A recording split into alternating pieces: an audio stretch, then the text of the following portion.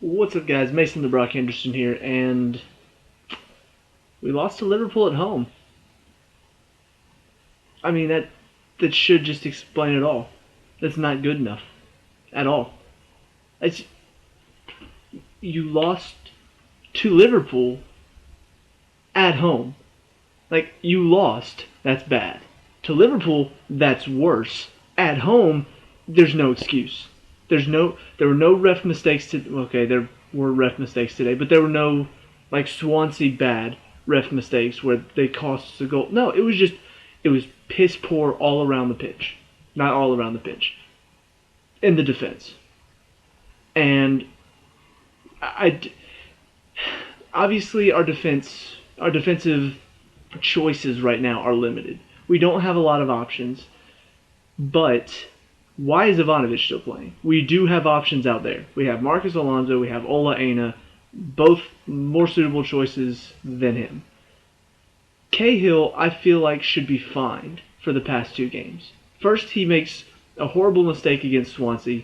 Whether or not it's a foul, you hold on to the ball too long, you lose it, you give up a goal. Not good enough. That's a terrible mistake.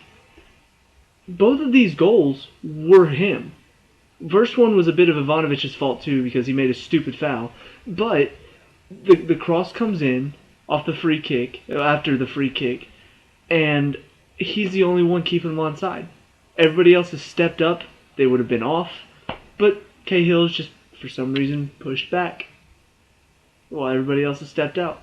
The second goal, I mean, could it get any more blatant? You want to talk about Matt Miazga's header last? I forgot to talk about that against Swansea. You know, like, there was one of the headers that Ivanovic made that was very similar to the one that Miazga made last year that led to Swansea's goal against us when we played them last season. The difference is, this season when Ivanovic headed it out, Conte was there to step in, whereas last season when Miazga headed it out, Mikel was there to not step in, and that led to the goal. Both of those headers don't even compare to how poor the clearance from Cahill to Henderson was. It was just right to him. It was like, oh, you want a goal? Poke it out to you. Have one. I don't understand. Like, how do you do that? How are you a defender at one of the top clubs in Europe and you make mistakes like that? Like, two mistakes in one game that lead to two goals. Both your fault. It's not, you can blame other people around you. You can talk about some of the other stuff that went wrong. But when you get down to it, there's one man involved in both of those mistakes, and it's Gary Cahill. And for some reason, there's nobody talking about it. There's nobody talking about Cahill right now. Nobody talking about how poor of a defender he is, because he is bad. Like, last season, it was kind of like, oh, everybody's having a bad year. No, it's like, he is awful. He is a terrible, terrible, terrible defender. Like, honestly, today, David Luiz, I don't have a whole lot of complaints about him.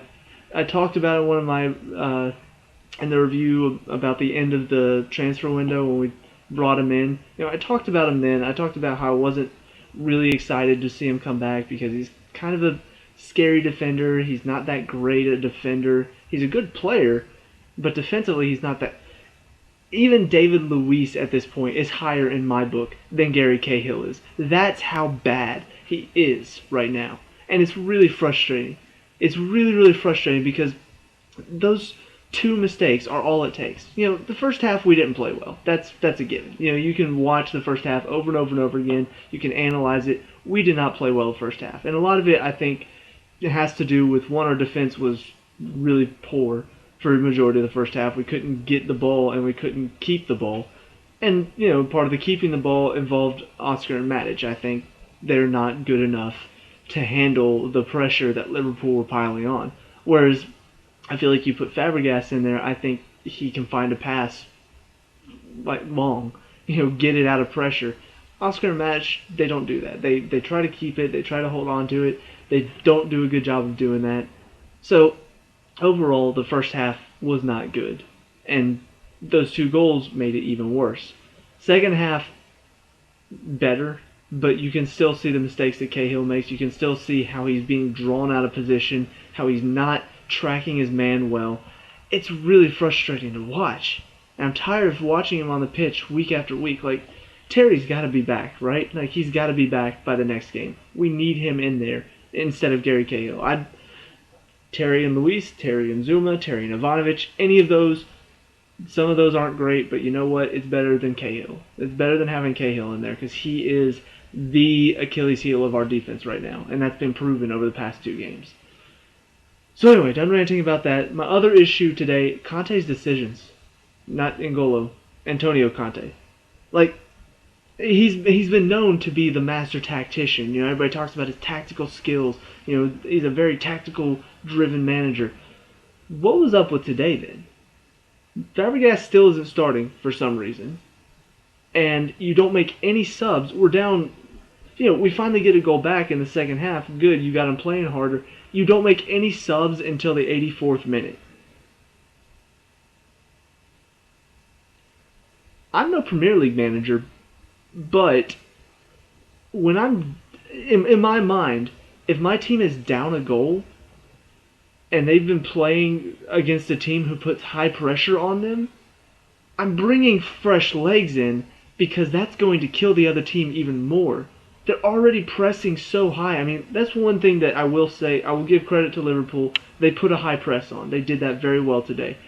But it wears them out. And by the end of the game, you could see a lot of them were dead. Like, their legs were dead. But we didn't take advantage of that because we didn't put any fresh legs on until the last 5 minutes of the game. Where's the tactical thinking in that? Where's the logic in that? And even those subs, obviously Fabregas is one that I wanted to see a lot earlier.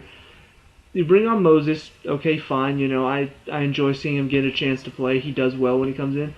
But then he brings on Pedro and not Batshuayi. You're in a situation, you're down a goal. You are down a goal. Why would you not put on your other striker? Why would you put on Pedro? Like, that just... The logic is not there. There's no logical thinking there. I don't understand. I really do not understand some of his decisions today. And, you know, that wasn't all that cost him, but I'm watching, I'm like, you know what? He didn't get it right today. He's gotten it right in the past, you know, in the first few games. There were some decisions he made, you know, that turned the game around, that got us a winning goal, that got us an equalizing goal. He made some good decisions here and there. But today, he got it completely wrong.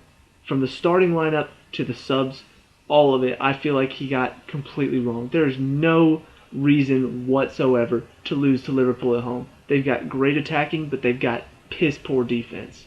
And we did not take advantage of that because we were too busy trying to figure ourselves out in the back because we didn't have a midfielder in there like Fabregas who can play that creative ball that we can counterattack on.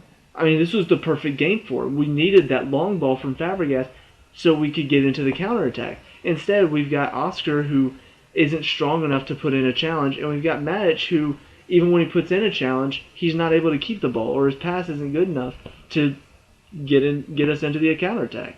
So I don't understand his decisions today. But anyway, let's analyze it player by player. Courtois, second goal, there's nothing he could have done for that one. It was a brilliant goal. I'm not going to deny that. First goal, trying to remember it. Maybe could have done a bit better. Obviously, you know, a guy's getting a free volley at the back post. There's not a lot you can do there, but at the same time, it wasn't a great volley. He just put it at the back post, not really even that strong. So I felt like he should have read it a bit better. But you know, he did everything else that I saw. He did fine. You know, won some balls in the air that we needed him to win. There was one right near the end. The Origi had a header. It was just point blank header, and he gets down really quickly and makes a save. I'm like, that's brilliant. That's a great save. Defensively, I already talked about him, but individually, Ivanovic is a non-player at this point. I feel like every single time the ball goes out to him on the wing, whenever he pushes up in the attack, I'm getting ready for the other team to have a counterattack because he has no sense of what to do with the ball anymore. Okay, that's being a little harsh.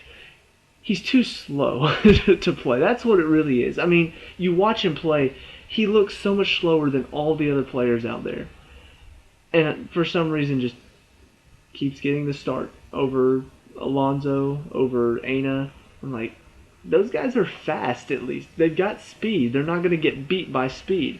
So slow. It's kind of an embarrassment that is our vice captain. Like I feel like some of the other players have to be kind of offended. Why is he our vice captain? Just because he's been here for a while? So, what did he do to deserve the title of vice captain? Terry's a leader. He leads the back line. He's not in today. So much disorganization in the defense. You could see it constantly. Ivanovic doesn't bring any of that leadership. We need somebody else who can be a leader and drive the team forward. Cahill already talked about him. Don't want to talk about him again. And David Luiz, like I said, I thought, average game. Still, like I said, not good defensively. Dives in too much, gets pulled out of position too much. But he does bring a bit more attack out of the back. And honestly, those look like our best chances whenever you see him about to drive forward with the ball. Those look like they're our best chances. Just a few missed touches here and there in the first half were really all it took to kind of stop our attack. Espilicueta was on the left, and he always has a solid game. I'm not gonna say he had one of his better games today, obviously, but he always plays very solidly. He's a constant he's in the face of whoever has the ball on the other team. He's just putting himself in a good position to where they don't have a clean cross, they don't have a clear path to the goal. Spilicueta's there. He is in their way. That's always good to see. Conte is the only reason that it stayed 2-1. So many of his challenges, or he puts himself in a position to where the player with the ball now has to do something that leads to an interception or something like that. It could have easily been 5-0 the way that Liverpool were moving the ball around. Conte was the only one that was stepping in and really disrupting that. And that says something when your defensive mid is doing more of that than your defense is. That's a problem. You want your defense to be doing that as well, but whatever. Conte, he's going to be the only reason that we make it into the Champions League this year. That's going to be the reason why we win or tie some games, because he's just a constant threat. Oscar and Matic, like I said, not good enough. I prefer. It's really hard because honestly, at this point, the only reason that they're in is because Conte likes to put a high press, pressure really well. Antonio Conte again. Sorry, got to make the distinction sometimes. But they do that well. Oscar, I think, is probably one of the best attacking mids when it comes to defending, but that's not what you want your attacking midfielders to do. At this point, Oscar and Fabregas may be a good combination there. You've got Oscar working hard, doing the hard work to track down the ball and make a great tackle, and then you've got Fabregas there that finds that killer through ball. Is the one that sits in the midfield, picks up the ball, and finds that ball that starts our counterattack or creates a goal or something like that. We don't have a player like that in Oscar or Matic. They're not that type of player.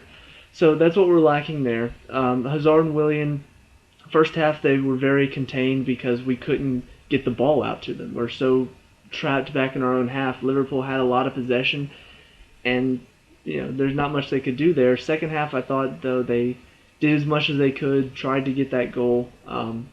Hazard, brilliant little ball into Matic that set up the goal for Costa. So I can't really complain about them because a lot of it wasn't their problem. I will say, though, that Willian did look a bit slower today than he normally does. Normally it looks like nobody can stop him, like he's just that fast. But today it looked like he was getting stopped a lot more than usual. So, that's don't know what to make of it. Is it a problem with him? Is it a problem with the injury? What is it? Who knows? And then finally Costa. He does what he does. He's Costa. Uh, Maybe could have had a better touch in the first half, but second half looked like a monster again.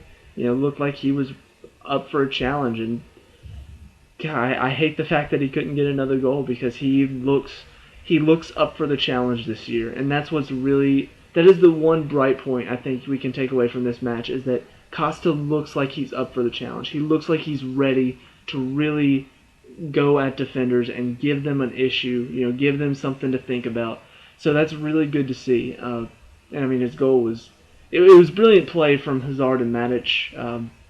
Hazard great ball in, Matic way to hold up the ball, good little chip, and then Costa just right in the right position and finds the goal. So, and then the subs, like I said, didn't have enough time to really come on and do anything. But from what I saw, once Fabregas comes on the field, things change. The look of the game changes because it feels like the ball is moving so much better when he comes on. Like, I don't know how to describe it really. Like, you really just have to watch to understand. But every time he comes on the field, the look of the play changes. It's much more direct. It really feels like we're getting into the box and getting good chances. I hate the fact that he only got 7 minutes today. I think it was 8 with the added time. Anyway, but it's disappointing that he doesn't get time to really do anything about it. Pedro still just looks like a non-factor on the field. Not strong enough, not fast enough. I don't know why he keeps getting game time over some people. And then Moses, had a few good runs, didn't do anything that impressed me, but did enough to where I'm like, okay, he's somebody we need to get subbed in. He's somebody that he can bring some speed when we need it. He can bring not necessarily anything that Willian can't bring us, but it looks like he's a good replacement for Willian if there's an injury or if Willian needs a break, something like that. But honestly, at this point, I'd kind of prefer to see if Moses were to come on, I'd prefer to see like Moses and Willian on the wings with Hazard maybe pushed into the middle, something like that. That would be interesting. And he kind of did that when he brought on Pedro and Willian. Like, he pushed Hazard into the middle, but at that point, I mean, Liverpool were just so tucked in, completely tucked back into their own area that it didn't feel like they were going to be able to do much. You needed another big body, another big striker in there like Michy to help out Costa, to play off of Costa. But anyway, I already talked about that. But yeah, overall, it's very disappointing. It's really a poor result, and probably the worst one so far this season. Swansea was bad, but this is a poor result. This is one that we shouldn't be. If we're dropping points, it should be 2 points. We should not be dropping a full 3 points here. So I mean, hopefully we take this, and it's not a oh man, we lost. Hopefully this is like guys, we need to step our game up because this is ridiculous. We can't let this happen again. I hope that's the reaction. We'll see what happens next game. We'll see who starts. I'm pretty sure we play Leicester next in the Capital One Cup, so we'll see how that goes. Hopefully, I think there are going to be a few changes because it's a midweek game. A few players will get to play that normally. We'll see how it goes, but hopefully it's better than this because it's really frustrating to watch. Anyway, those are my thoughts on today's game. Let me know what you guys think down in the comment section below. What would you have changed, done differently, all that stuff. Let me know. We can talk about it and discuss it. Leave a like and subscribe for future Chelsea reviews, and I'll see you at the next game. Peace out.